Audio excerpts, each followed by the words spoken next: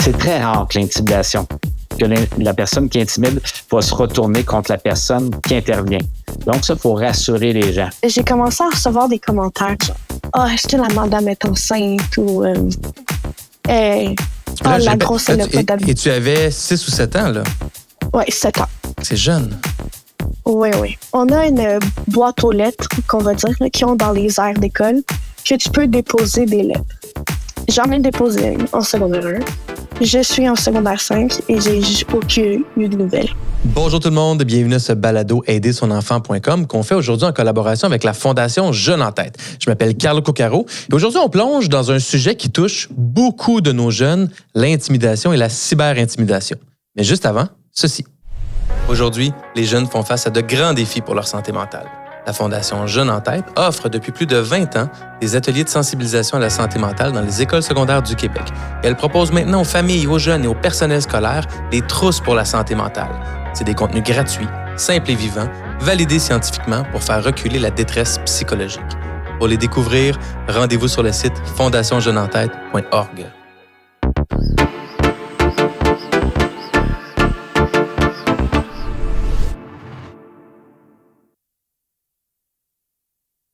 Je suis accompagné d'Éric Morissette, professeur en formation pratique à la Faculté d'éducation de l'Université de Montréal et spécialiste de l'intimidation. Éric, merci d'être avec nous. Ça me fait plaisir, Carlo. Dis-moi, Éric, si on va dans le vif du sujet, qu'est-ce qui définit l'intimidation?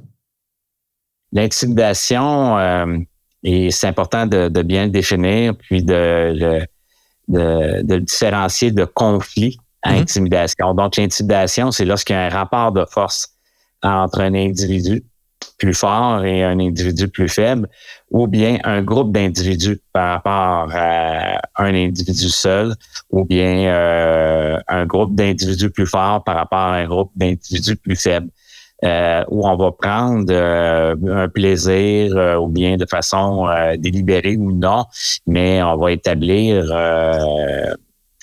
un rapport qui est pas sain au niveau là de la relation, et puis on va utiliser de la moquerie ou bien du dénigrement, des insultes pour dénigrer l'autre. Okay. On parle de situation d'intimidation. Le conflit, c'est plutôt quelque chose là que des situations normales qu'on apprend à résoudre, et puis ça, on en a tous les jours, comme adultes, comme enfants, et heureusement, à l'école, c'est plus des conflits qu'on a que de l'intimidation. Donc, un conflit, je comprends qu'il va y avoir une relation un peu plus d'égal à égal. Je suis pas d'accord, on pense pas pareil, on s'obstine, on se chicane, mais il n'y a pas cet ordre de domination là, que tu énonçais plus tôt. Effectivement, et puis nécessairement, la personne qui est intimidée, mais elle va vivre des sentiments de rejet, de peur, de crainte, va avoir de la peine, donc elle va passer par des émotions qui peuvent affecter sa santé mentale. Tandis que le conflit, effectivement, comme tu dis, on va s'affronter, on a chacun notre point de vue, et puis c'est plutôt ça qu'on va voir là, dans la vie. Lorsque je fais affaire avec un marchand, je suis pas d'accord, on a un désaccord sur une situation de vente et de remboursement, là c'est un conflit. L'intimidation, c'est qu'il y a une intention derrière ça là, qui est plutôt... c'est pour ça que le code criminel va gérer les situations d'intimidation. Puis, si mon enfant arrive à la maison avec une histoire où on sent qu'il a, par exemple, été dominé par quelqu'un ou par un groupe d'individus, mais que c'est la première fois, est-ce qu'on parle quand même d'intimidation ou la notion de répétition dans le temps est cruciale dans le concept d'intimidation? Donc, effectivement, la notion de récurrence, donc, va faire partie du concept d'intimidation. Cependant, au même bémol, ça peut être juste une situation, puis ça arrive une fois, puis ça peut être, mais c'est tellement gros que ça va être considéré comme de l'intimidation. Comme si je devais rencontrer quelqu'un qui a une arme à feu et qui me dit que ce soir, c'est à mon tour d'y passer. Donc, on comprend que ça arrivé juste une fois, mais c'est de l'ordre de l'intimidation et des menaces. Si on le met dans un contexte, disons, scolaire, où nos jeunes se retrouvent beaucoup, une fois qui est très grave, ben, j'imagine qu'on peut entrevoir, par exemple, il y a de la violence physique, il y a peut-être une même durée dans le temps, genre ça dure pendant 1 heure, où il y a de l'abus, ça devient une situation grave, même si c'est arrivé seulement une fois, on peut être préoccupé comme parent. Là. Et tout à fait. Puis dès qu'on est préoccupé et qu'on sent que son enfant est préoccupé, je me dois d'intervenir. Pour les parents qui nous écoutent, on peut visualiser plus facilement l'intimidation dans la cour d'école, dans la vraie vie, entre 2, 3 individus. Mais il y a différents types d'intimidation, puis je pense entre autres à l'intimidation, la cyberintimidation qui passe par les moyens technologiques. Si tu avais à nous résumer, quels sont les différents types d'intimidation qui existent, autres que l'intimidation en personne? En personne, donc, celui qui s'est développé dans les 15 dernières années, c'est la cyberintimidation. Donc, c'est dès qu'il y a un objet de communication, il y a une possibilité justement d'entrer en contact avec l'autre et de la façon insatisfaisante. Donc, on le voit présentement avec les trolls qui vont interpeller des articles sur Facebook. Donc, tout le monde a son avis. On est toujours plus courageux seul devant son écran, à quelques pouces d'un clavier, que quand je rencontre la personne, et là, je dois dire les choses. Ouais. Donc là, le courage, là, s'estompe. Donc, très prudent par rapport à lorsqu'on met un appareil dans les mains de notre enfant. Donc, il faut être conscient que ça peut être à travers le jeu vidéo. Donc, le jeu en ligne, maintenant, on sait que les plateformes utilisent beaucoup le jeu en ligne. Donc, je vais rencontrer des individus que je connais, que mon enfant ne connaît pas. Et de tous âges.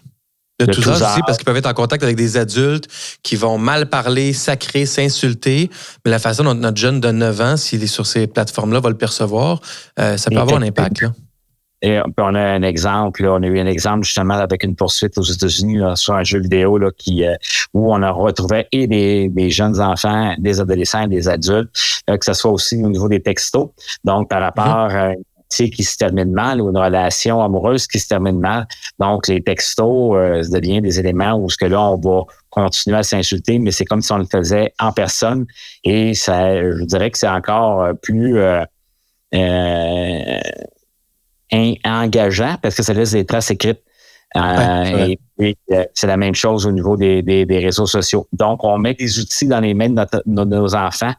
Il faut aider à gérer et être prêt à intervenir, puis des fois même à restreindre, parce que sinon, ils prendront pas les bonnes décisions, parce qu'il y a des décisions plutôt populaires. À l'école, c'est présent de dire aux autres que je joue à tel jeu ou j'ai accès à telle plateforme, puis là, on se questionne, mais comment ça, lui, il a le droit?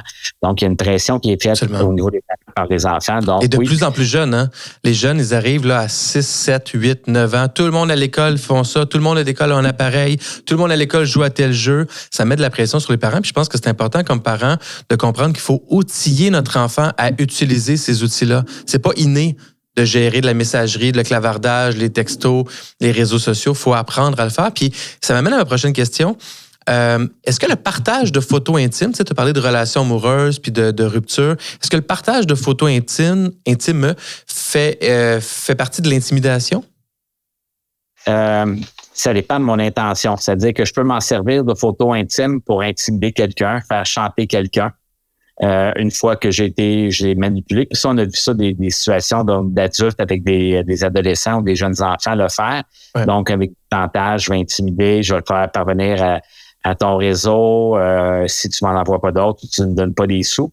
Mais ça peut être aussi dans une intention plutôt malhabile de montrer aux autres que j'ai reçu des photos de ma copine, mais là, je suis plus avec elle.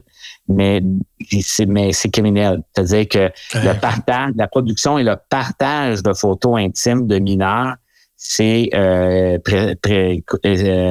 interdit dans le code criminel.